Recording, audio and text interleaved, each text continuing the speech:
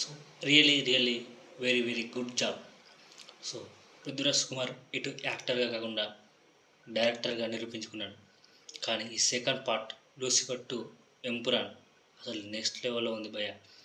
నిజంగా అసలు టెక్నికల్గా మలయాళం ఇండస్ట్రీ నెక్స్ట్ లెవెల్ అని చెప్పాలి. మలయాళం ఇండస్ట్రీలో టాప్ బుకింగ్స్లో రికార్డు సృష్టించిన cinema Lucifer 2. So Empuraan movie review Mohanlal Prithviraj Kumaran. So cinema ప్రేక్షకులకు ఒక మాస్ ట్రీట్ రెడీ అయింది.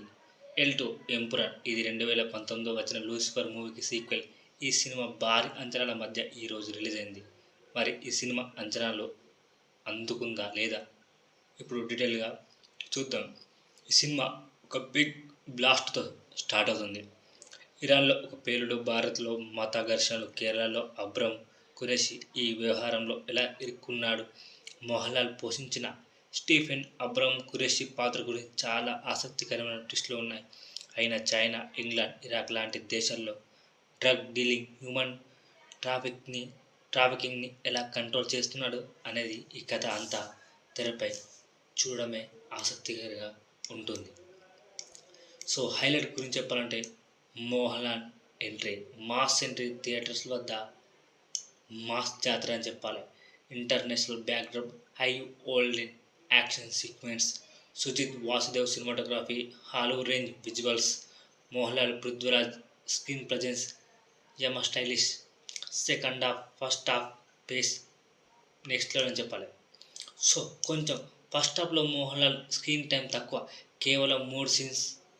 కథలో బలమైన ట్విస్టులు, స్క్రీన్ ప్లే అంతగా ఆకట్టుకుంది కొంచెం అని చెప్పాలి. సో చాలా సీన్లు హిందీ, ఇంగ్లీష్లో ఉండడం కొంతమందికి ఇబ్బందిగా అనిపించవచ్చు.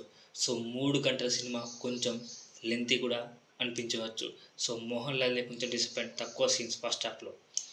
సో మొత్తంగా L2 Empuraan cinema strong visuals, intense యాక్షన్తో మాస్ ఆడియన్స్ని నచ్చుతుంది. కానీ కథ పాయింట్ ఆఫ్ వ్యూలో చూసుకుంటే లూసిఫర్ రేంజ్ మ్యాజిక్ రిపీట్ కాలేదు. సో ఈ సినిమా మొత్తం ప్యాన్ లెవెల్లోనే ఫోకస్ చేశారు. సో మొత్తానికైతే grand visual, background music, Mohanlal and Prithviraj screen presence, editing, everything బాగుంది. సో స్టోరీ ఎంగేజింగ్గా లూసిఫర్ ఫస్ట్ పార్ట్ కన్నా మించిందిగా లేదు. సో ఇది ఒక గ్రాండర్ మూవీ. సో మొత్తానికైతే ఈ సినిమా చూడొచ్చు. సో ఈ మూవీ మీకు నచ్చినట్లయితే లైక్ చేయండి, షేర్ చేయండి, కామెంట్ చేయండి. జై హింద్.